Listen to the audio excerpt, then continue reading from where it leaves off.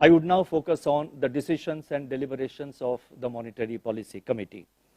As you would be aware, the Monetary Policy Committee, that is the MPC, met on 6th, 7th and 8th February. Based on an assessment of the macroeconomic situation and its outlook, the MPC decided by a majority of 4 members out of 6 to increase the policy repo rate by 25 basis points to 6.5% with immediate effect. तो यहाँ पर अभी तक आपने जैसे देखा, शक्तिकांत दास जी ने repo rates को 0.25% यानी कि 25 बीपीएस पॉइंट से बढ़ा दिया है। यहाँ पर इस रेपो रेट में हाइक का हमारे मार्केट में और हमारे इन्वेस्टमेंट पे और हमारे सेविंग्स पे क्या इफेक्ट पड़ेगा, हम इस वीडियो में जानने वाले हैं। तो यहाँ पर मैं आपको सजेस्ट करूँगा आप इस वीडियो को अंत तक देखें ताकि आपको यहाँ पर कंप्लीट डिटेल्स समझ में आ सके। तो यहाँ पर अभी जैसे देखिए, मैं डायरेक्टली आपको आरबीआई की वेबसाइट पर लेकर आया हूँ। यहाँ पर अगर आप पॉलिसी रेट्स करंट समय में देखेंगे तो अभी के समय में ये पॉलिसी रेट 6.25% है रेपो रेट के हिसाब से। अब जिनको रेपो रेट के बारे में नहीं पता उनको मैं बता देता हूँ। रेपो रेट का मतलब होता है रीपर्चेज ऑर्डर। मान लेते हैं किसी बैंक को या फिर फाइनेंशियल इंस्टीट्यूशन को पैसों की ज़रूरत पड़ती है तो वो लॉन्ग टेनर वाले गवर्नमेंट बॉन्ड्स या फिर अदर सिक्योरिटीज़ आरबीआई के पास में लेकर आते हैं कोलैटरल के रूप में, और आरबीआई उस बैंक को एक इंटरेस्ट रेट पर कुछ रुपए देते हैं जितना बैंक का रिक्वायरमेंट रहता है। यहाँ पर ये जो इंटरेस्ट रेट है वो ये रेपो रेट्स ही है। यहाँ पर ये जो रेपो रेट है वो डेली बेसिस पे कैलकुलेट होता है यहाँ पर, इसलिए रेपो रेट्स काफ़ी ज़्यादा मायने रखते हैं यहाँ पर, क्योंकि हमारे इकोनॉमी का बैकबोन ही बैंकिंग सिस्टम है और बैंकिंग सिस्टम को ये रेपो रेट्स काफ़ी ज़्यादा इफेक्ट करते हैं। तो अल्टीमेटली ये जो रेपो रेट में चेंजेस होते हैं वो पूरे इकोनॉमी को इफेक्ट करते हैं। अभी तक अगर मैं आपको थोड़ा सा डिटेल्स बताऊं तो 2022 के समय से अभी तक कई बार रेपो रेट्स बढ़ा दिए गए हैं। अगर जहां तक मुझे याद है 4% से लेकर अभी ये रेपो रेट 6.5% कर दिया गया। आज के दिन में ये रेपो रेट 6.50% हो गया है और इस रेपो रेट से हमारे बैंकिंग सेक्टर और शेयर मार्केट में भी इफेक्ट पड़ेगा। सबसे पहले तो मैं बता देता हूँ, बैंकिंग सेक्टर में ये जो इफेक्ट है रेपो रेट का हाइक का वो आपको कुछ दिन बाद ही दिखेगा। अभी जैसे कि मार्केट में आपको मैंने कई बार बताया कि बैंक जो है वो एफडी के इंटरेस्ट रेट को बढ़ा रहे हैं। तो जब ये रेपो रेट्स दोबारा से बढ़ाए गए हैं तो लगभग मैं बोल सकता हूँ कि इस फरवरी मंथ में दोबारा से एफडी रेट्स को बढ़ा दिया जाएगा बैंकों की तरफ से, जिससे क्या होगा, अल्टीमेटली जो पर्सन एफडी करने जा रहे हैं तो उनको हायर रेट्स मिलेगा। जैसे कि मैंने आपको शुरू में ही बताया है फिक्स डिपॉजिट वाले वीडियो में कि अगर आप एफडी कहते हैं तो आप थोड़ा सा रुकिए, एफडी आप लॉन्ग टेनर का ना करके लगभग आप 1 साल का करिए। यहाँ पर अभी भी मेरे हिसाब से रेपो रेट्स और ज़्यादा बढ़ाए जाएंगे। यहाँ पर मैं ऐसा इसलिए बोल रहा हूँ क्योंकि अभी भी आरबीआई आने वाले समय में और भी ज़्यादा रेपो रेट्स बढ़ाने वाला है। जब तक ये रेपो रेट माइनस ना हो जाए और या फिर जब तक स्टेबल ना हो जाए 0% के आसपास, इसका मतलब ये हो जाता है कि 0% से इंक्रीज ना हो और या फिर नेगेटिव तरीके से एमपीसी का आउटकम ना आए, तब तक आप समझ लीजिए बैंकों के एफडी रेट्स बढ़ते ही रहेंगे। ये तो हो गई बात फिक्स डिपॉजिट की। इसके अलावा ये जो रेपो रेट है ये सबसे पहले अफेक्ट करता है बॉन्ड मार्केट को।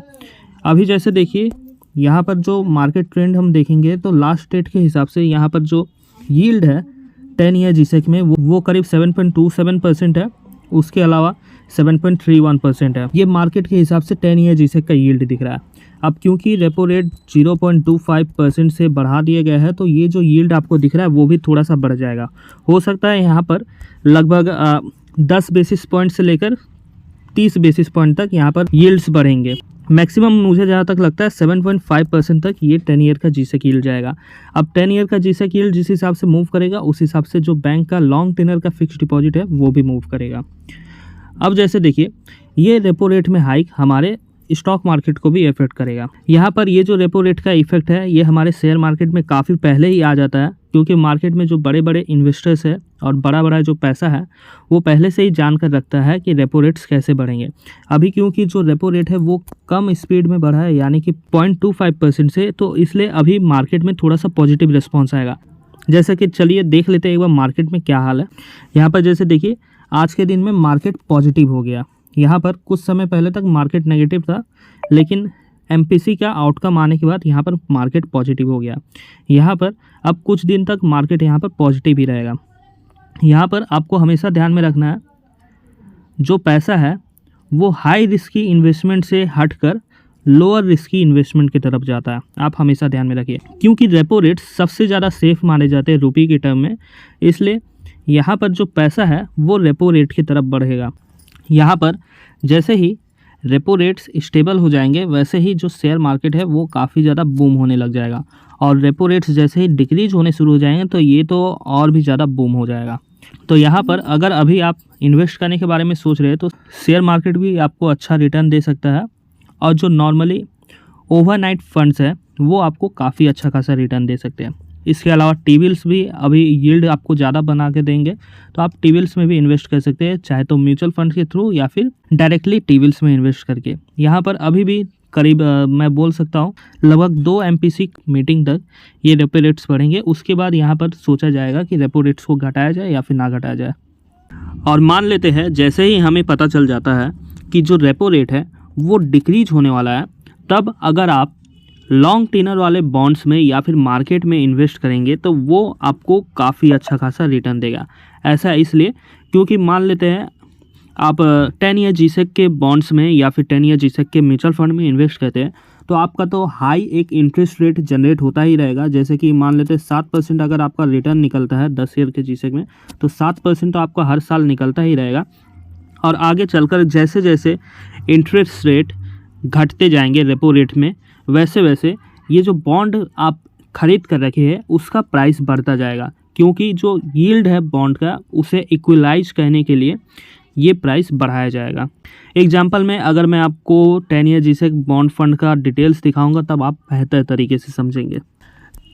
जैसे देखिए यहाँ पर मैं आपको 10 ईयर जीसेक का बॉन्ड फंड दिखा रहा हूँ DSP का। यहाँ पर आप देखिए 2014 के समय में प्राइस कितना था और फिर 2016 तक के समय में यहाँ पर प्राइस कितना बढ़ गया था। यहाँ पर रिटर्न के हिसाब से देखिए लगभग 13.25% का रिटर्न मिल रहा था। उसके बाद जो रिटर्न है वो थोड़ा स्टेबल हो गया, क्योंकि इस पीरियड में रेपो रेट्स घटाए जा रहे थे। फिर उसके बाद 2018 के बाद से रेपो रेट्स काफ़ी ज़्यादा बढ़ाए जाने लग गए, जिसकी वजह से जो रिटर्न था वो काफ़ी ज़्यादा बढ़ गया था। जैसे देखिए लगभग 2022 के शुरुआत तक रिटर्न बढ़ा था 10 ईयर जीसेक में, उसके बाद रिटर्न डाउन हो गया। फिर जुलाई के मंथ के बाद थोड़ा सा रिटर्न बढ़ना शुरू हुआ।